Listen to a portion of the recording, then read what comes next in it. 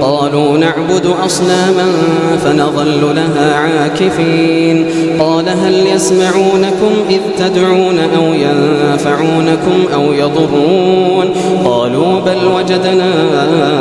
آباءنا لها عاكفين قال أفرأيتم ما كنتم تعبدون أنتم وآباؤكم الأقدمون فإنهم عدو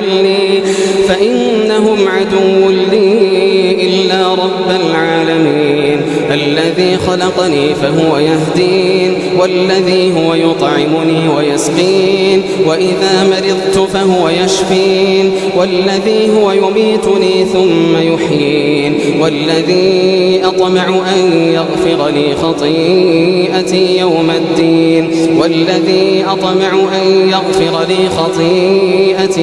الدين رب هب لي حكما وألحقني بالصالحين واجعل لي لسان صدق في الآخرين واجعلني من ورثة جنة النعيم واغفر لأبي إنه كان من الضالين ولا تخزني يوم يبعثون يوم لا ينفع مال ولا بنون إلا من أتى الله بقلب سليم وأزلفت الجنة للمتقين وبرزت الجحيم للغاوين وقيل لهم أين ما